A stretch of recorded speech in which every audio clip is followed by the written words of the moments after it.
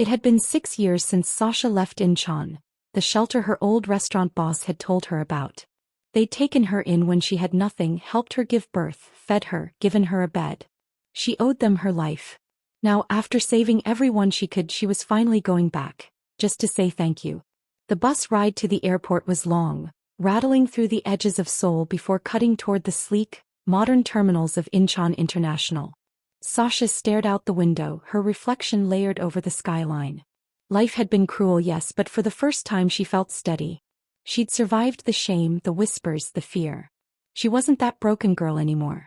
Or so she thought. The airport was a blur of movement.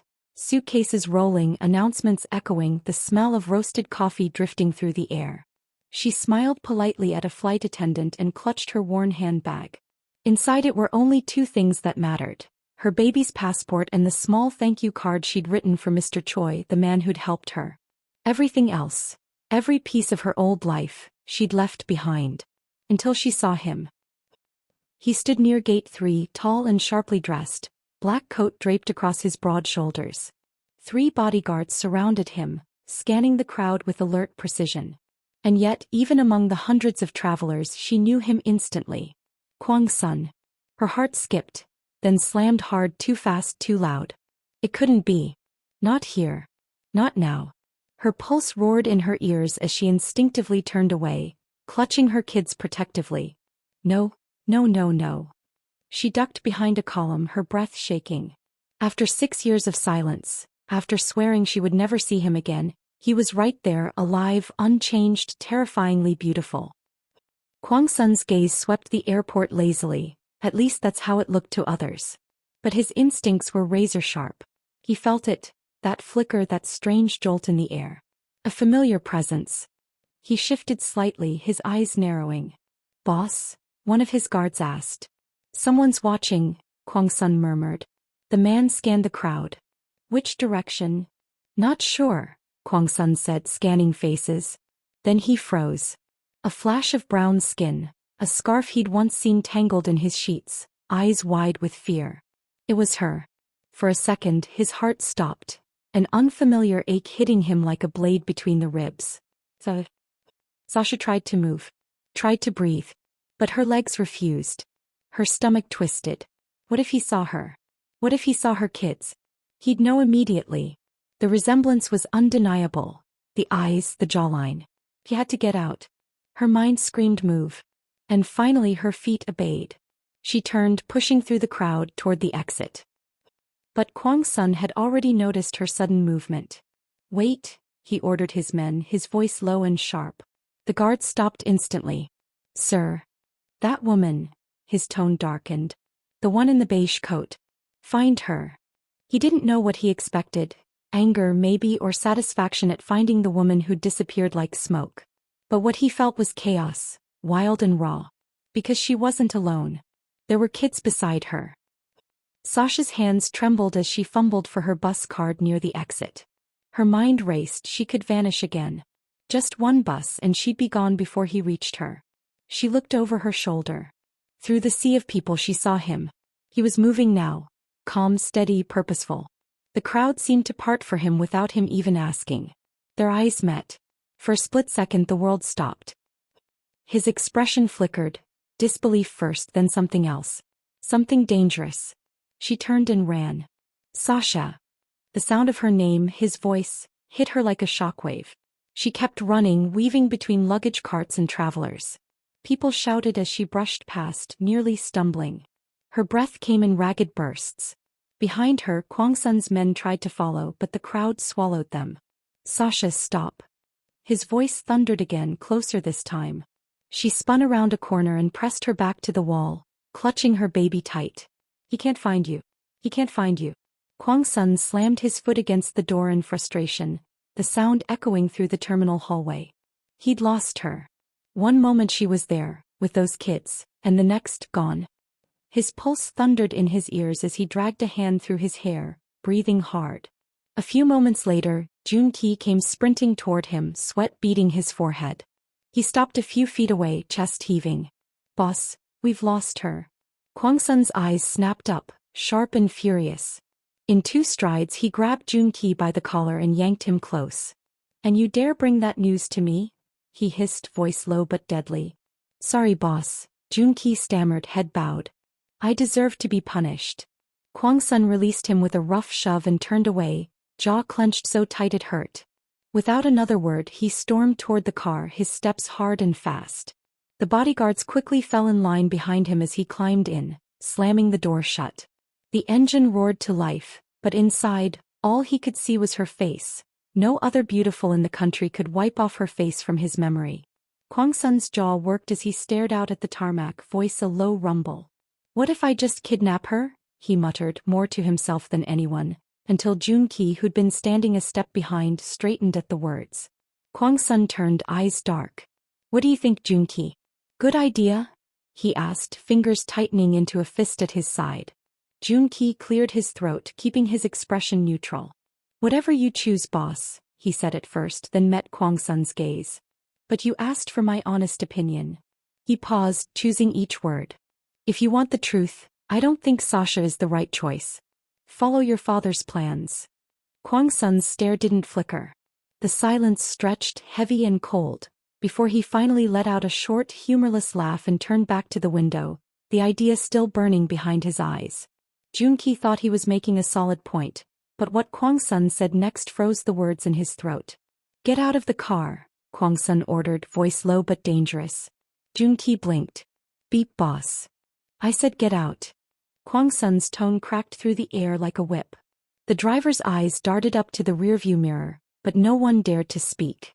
The car was still moving fast down the quiet road when Juni bowed his head, knowing better than to argue. He reached for the handle, pulled the door open and jumped out. He hit the ground hard, rolling across the empty asphalt until he came to a stop. Pain shot through his arm, but he was alive. Lucky that no car had been coming their way. It was a punishment Kuang reserved for betrayal or disobedience. Never once had Juni imagined he'd be on the receiving end of it. As the black car sped away, taillights glowing like fading embers, Juni lay there on the cold road, breathless. Not from the fall, but from the shock that his most loyal years still hadn't bought him mercy. Sasha had just settled into the small apartment Mr. Choi had arranged for her. It wasn't much, but it was safe, and for that she was deeply grateful. She made a silent promise never to forget his kindness. "Mummy." Juni's soft voice broke her thoughts. He lay across her lap, small fingers tugging at her sleeve. "Yes, baby?" she asked gently, brushing her hand through his hair. "There's someone I saw today," he murmured, frowning a little. "I don't know why, but he had these scary eyes. He kept looking at me like he knew me." Sasha's heart skipped, but she forced a calm smile. "Don't worry about that, sweetheart," she said softly, stroking his head. "You'll see all kinds of strange people in this city. Just ignore them, all right? Don't talk to anyone you don't know." Juni nodded sleepily, his little head resting against her lap. As she watched him drift off, Sasha's smile slowly faded. Her hands trembled slightly. Seeing Kuang at the airport had shaken her more than she wanted to admit. The relief of making it out unnoticed still pulsed through her like a prayer. If he ever found out about her children, Juni, Joyce and Jinsu, he wouldn't hesitate. And she wasn't going to let that happen. Ever. Kuang didn't sleep that night. He sat in the backseat of a car that smelled faintly of leather and old tobacco, watching the city smear past in long, indifferent streaks of light.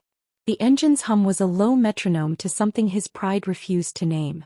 He had given orders, felt the old thrill of command at the way men moved to obey, but that thrill was frayed now, cut through by an image he couldn't shake. A small round face, a dimpled smile ghosting in the airport lights, the exact angle of a jaw he had once kissed and then sold to the highest bidder. If he had been honest with himself, and he never liked doing that, part of him had wanted to rip her from that crowd just to feel the rightness of control. But another part, the part that surprised him and made his chest ache, had recognized the baby before his mind could reason it away.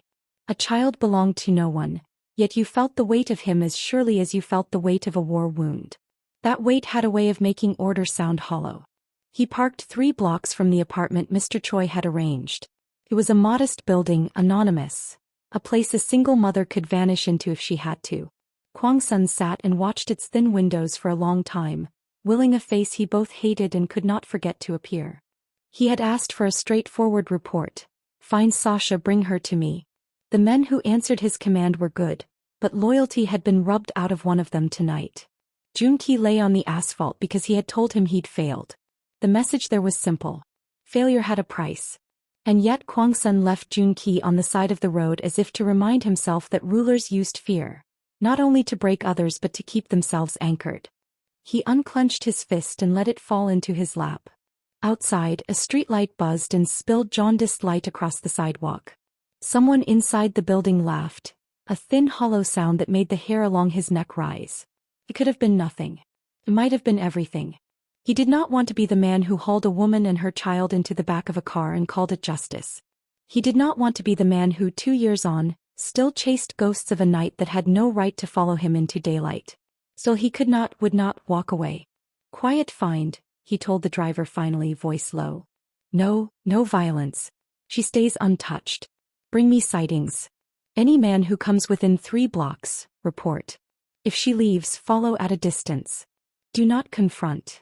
The driver blinked but obeyed.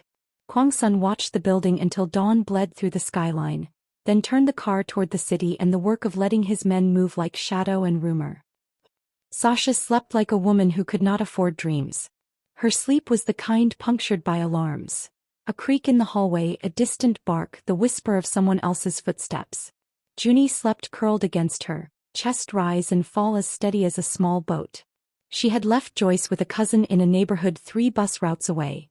Jin-soo was with a woman at the shelter who'd promised to keep him until Sasha had money saved.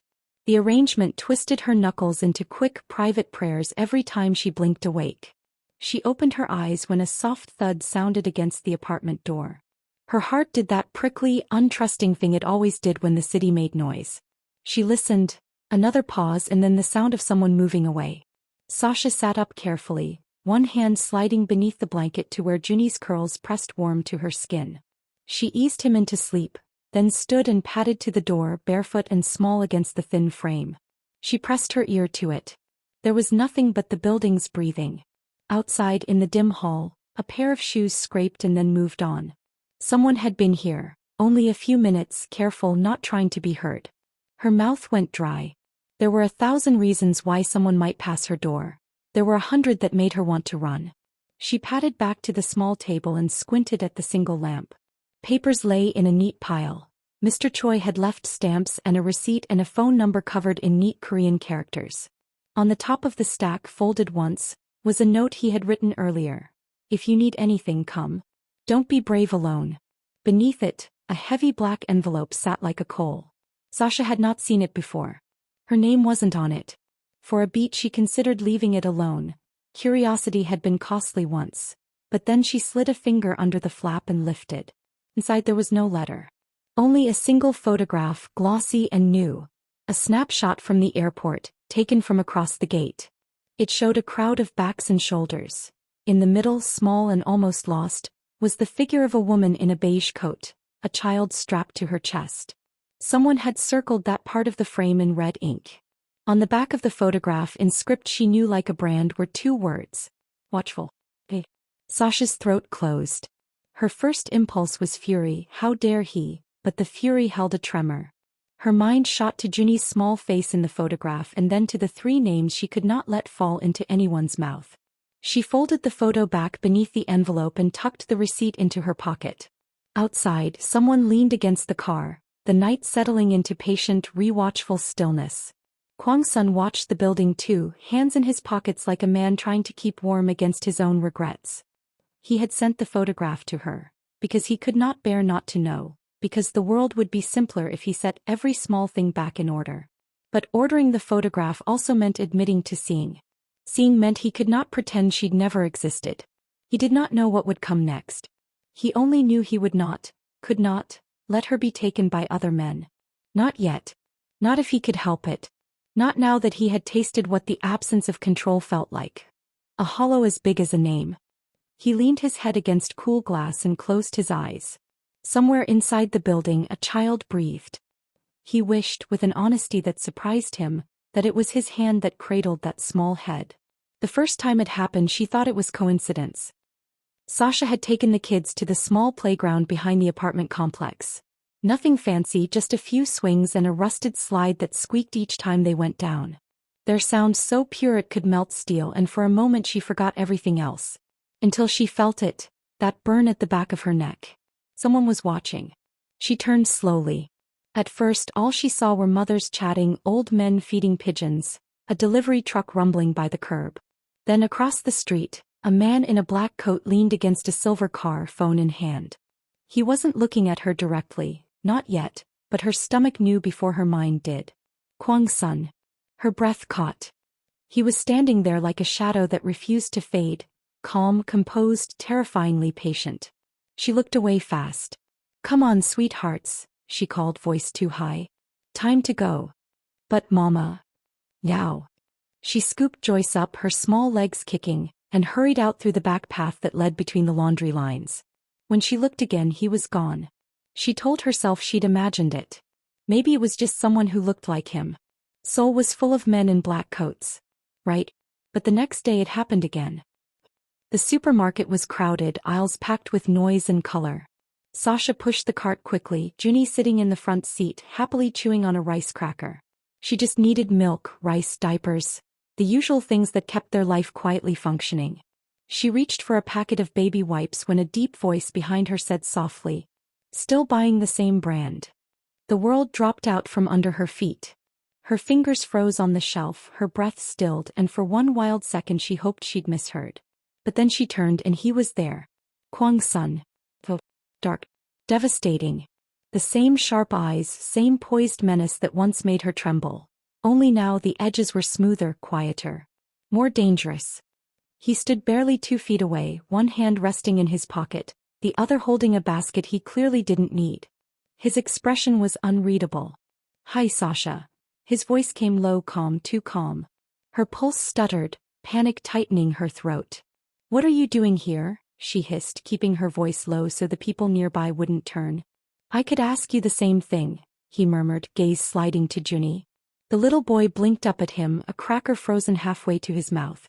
"Beautiful boy," he said softly, eyes narrowing just a little. "Looks familiar." Her stomach twisted.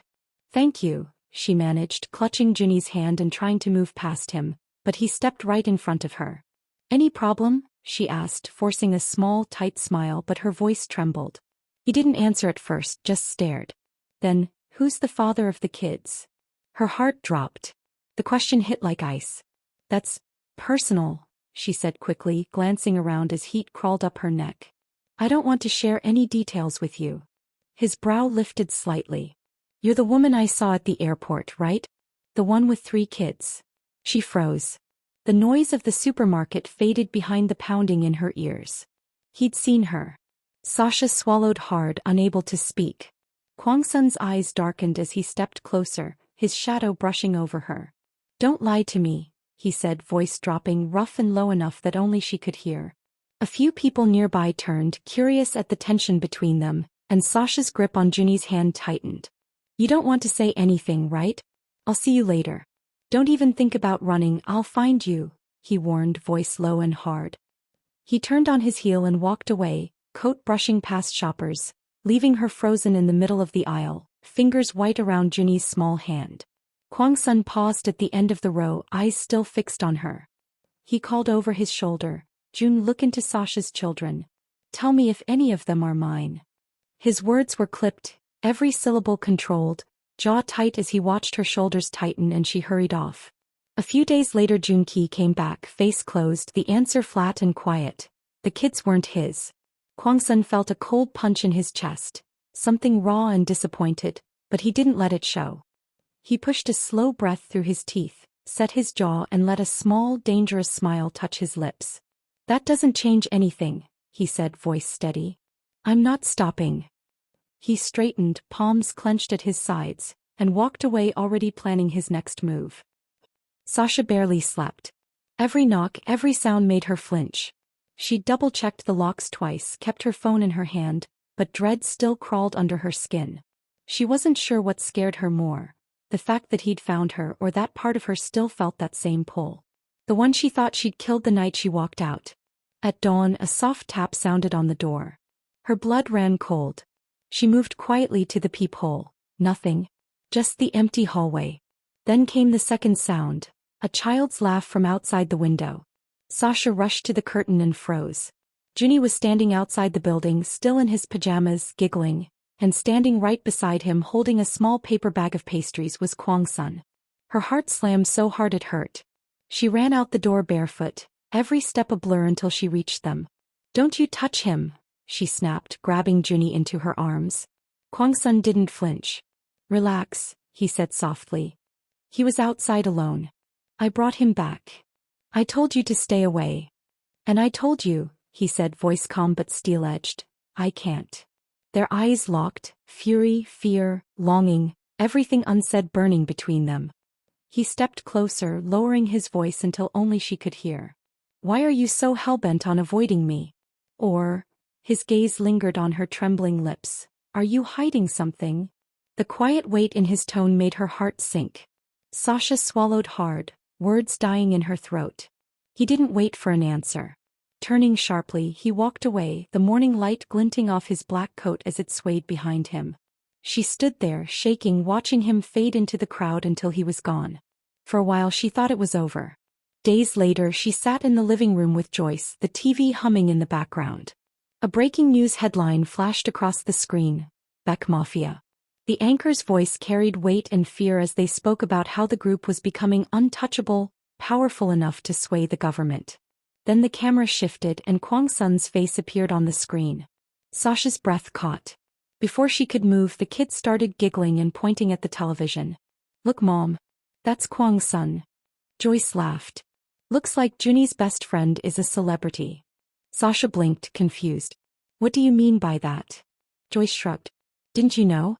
He's been coming around during break time. Sometimes even at closing before you pick them up. The kid said he's really nice." Sasha turned sharply to the children. "He's what?" "They said he plays with them," Joyce added, lowering her voice. "Juni says they like the same things, same food, same games, even the same silly jokes. It's like they're the same person."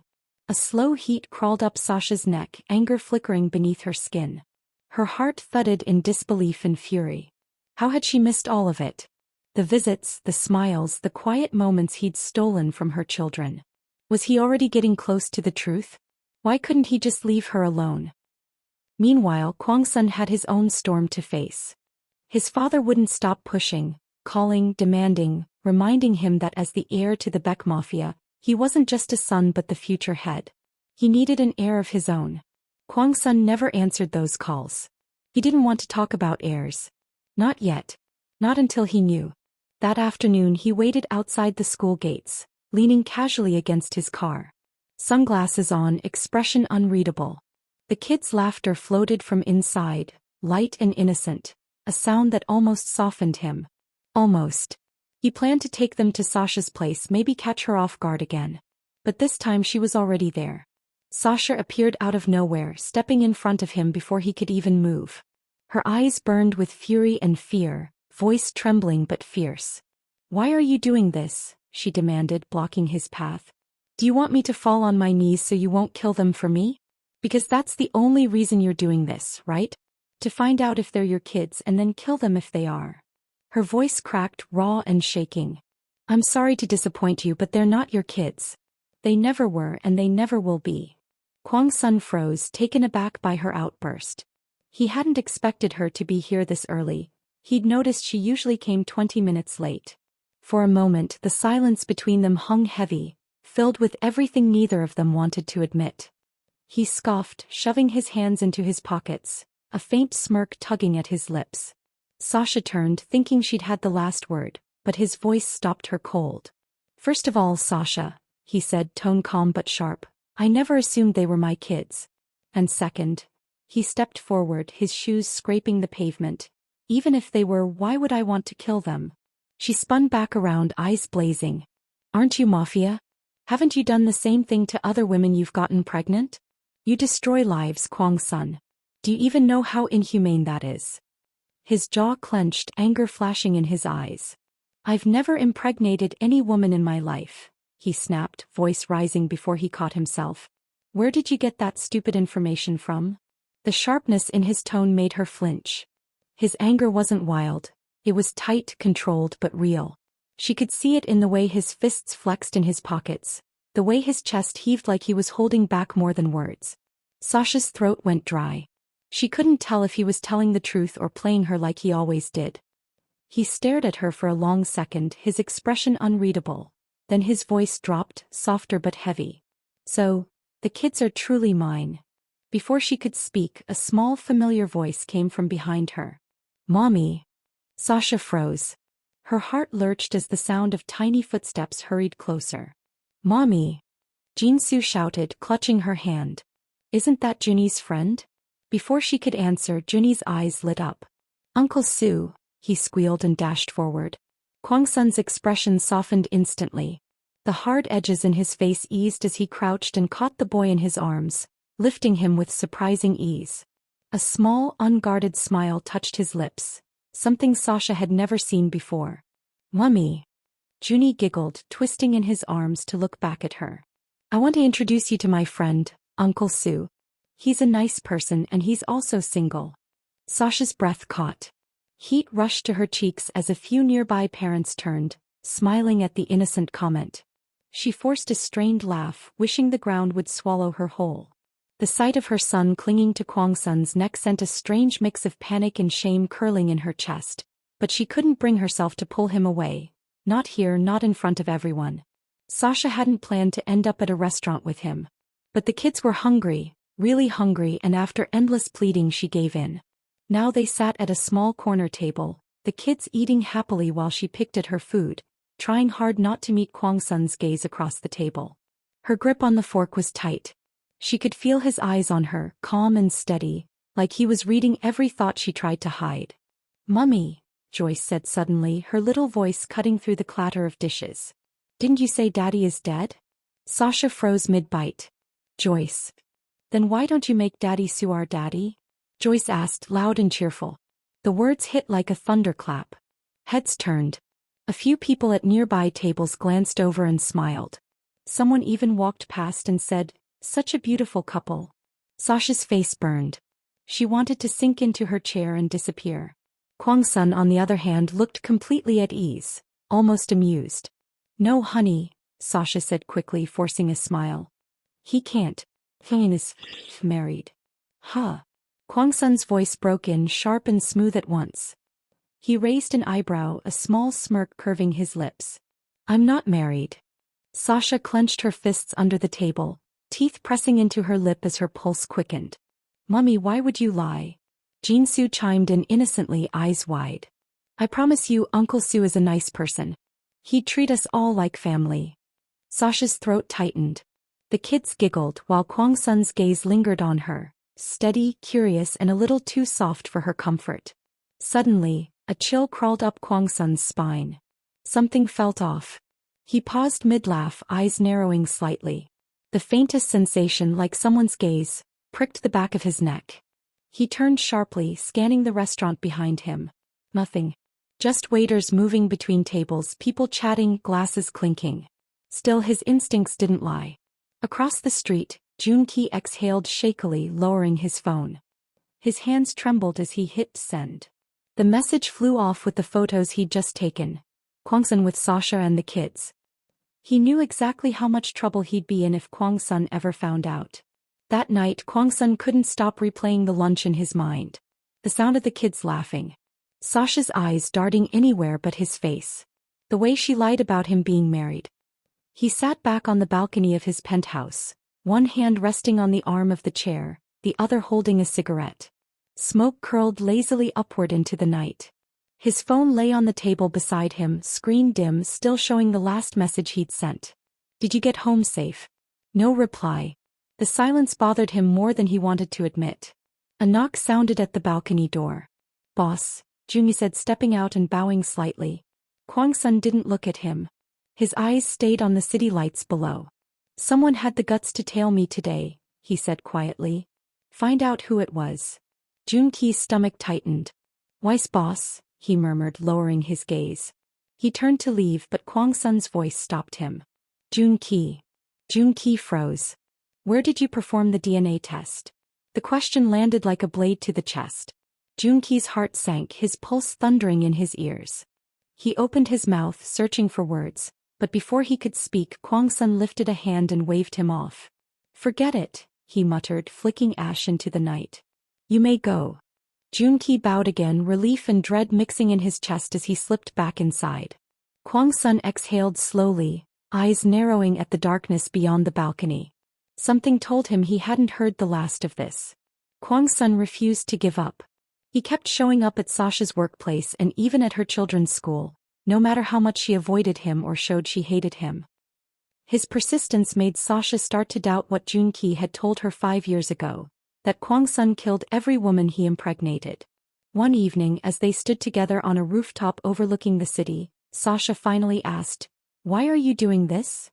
He didn't answer right away. Instead, he kept staring straight ahead, then silently pulled out his phone and handed it to her. Confused, she took it, but the moment she saw what was on the screen, she gasped and almost dropped the phone. It was a DNA test report, proving that all 3 of her children were his. "You went behind my back to do this?" she asked, her voice trembling. He gave a short scoff. "I just needed to be sure. I don't understand why you hid it from me. I would have taken care of everything. Why did you make yourself go through it alone?" For a moment, Sasha's heart wavered.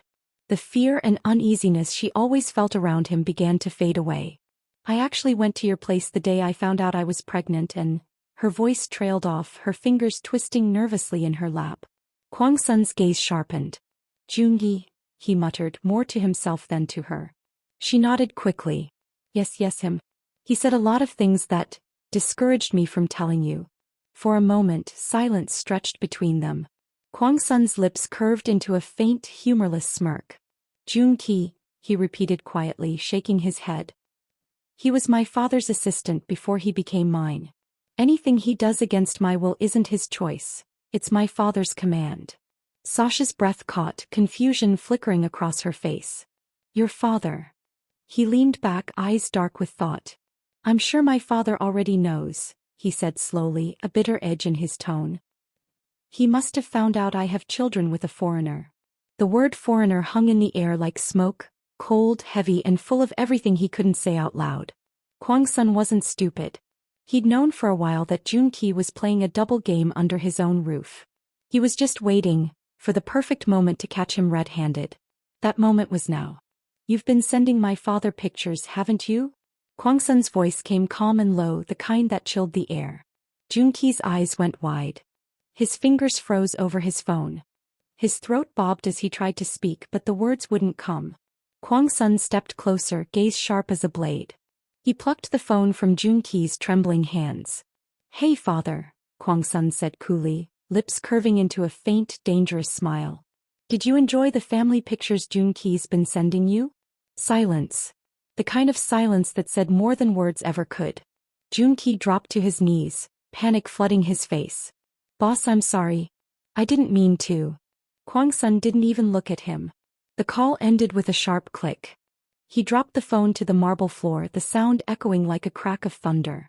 As he turned to leave, Junki's hands clutched at his leg. "Please." Kuang expression didn't change. He kicked him off and walked out, his steps echoing down the hall, cold and final. A few hours later, Sasha and the kids arrived at his penthouse. The place was stunning. Glass walls, soft lights, and the faint scent of jasmine in the air. Kuang greeted them with an easy calm as if nothing had happened. But when Sasha sat at the dining table, her breath caught. Junki was there. He stood silently by the wall, face swollen and bruised, one eye nearly shut. Sasha's mouth opened in shock. "What happened to?" Kuang waved a hand casually, cutting her off. "Nothing important." His tone left no room for questions. Sasha swallowed her words and glanced at her kids, who were already running toward the indoor playground he'd built for them. Slides, toys, even a small climbing frame glowing with soft lights. Their laughter filled the space, warm and alive. Sasha watched them, her chest tight. Despite the tension, despite everything, seeing her children this happy made her heart soften. She turned slightly, and for a brief second she caught Kuang watching her, something unreadable flickering behind his calm expression. "Even heaven couldn't describe how much I've fallen for you, Sasha." She froze. The voice came from behind her, Soft, low, unmistakably his. Before she could turn, Kwang-sun was already there. His presence filled the space, warm and steady. His hands slid gently around her waist, pulling her back against him. His scent, clean, dark, familiar, wrapped around her like a spell. Her heart trembled. Every breath he took brushed against her skin, and for a moment the world went still. She didn't fight it. Couldn't. When his lips found the side of her neck, the air between them shifted. It wasn't rough or hurried. It was slow, searching, full of everything neither of them had been brave enough to say. She turned toward him, eyes meeting his. Something broke inside her resolve and she reached up, closing the distance. The kiss was deep and aching, full of longing and years of silence. His hands drew her closer, hers tangled in his shirt, pulling him down to her. In that quiet, the world outside their walls didn't exist. Just the two of them, finally giving in to the pull that had been waiting too long. Outside, the maids quietly looked after the children while the house glowed with soft lights, holding its breath around a love that neither of them could deny anymore. In the end, Kwang-sun's father had no choice but to accept Sasha, a foreigner, and her children as part of the family. Kwang-sun made it clear that he would protect them no matter what, leaving his father with little room to argue. Later, Kwang-sun discovered that Junki's betrayal had only been part of his desperate attempt to make his own sister the Beck family's daughter-in-law, a plan that now seemed foolish and unnecessary. Time passed and wounds slowly healed.